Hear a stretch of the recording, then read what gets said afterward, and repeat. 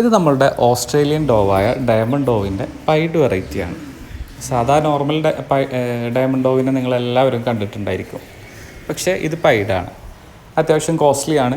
എൻ്റെ കയ്യിൽ കിട്ടിയിട്ട് ഏകദേശം 2 വർഷത്തിൻ്റെ മുകളിലായി. ഇപ്പോൾ അത്യാവശ്യം പെയറേഴ്സ് ഉണ്ട്. ബ്ലഡ് ലൈൻ അവിടെ നിന്ന് ഇവിടുന്നൊക്കെ സംഘടിപ്പിച്ച് മാറ്റാറാണ് പതിവ്.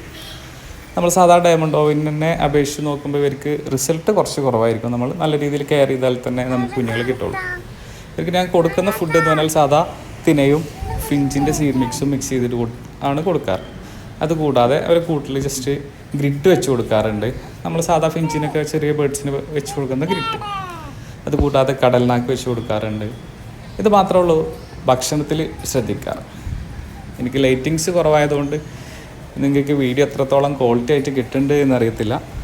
പക്ഷേ നമ്മളെ വീഡിയോ നല്ല രീതിയിൽ സപ്പോർട്ട് ചെയ്യുക, ഷെയർ ചെയ്യുക. Thank you. Have A nice day. Good morning.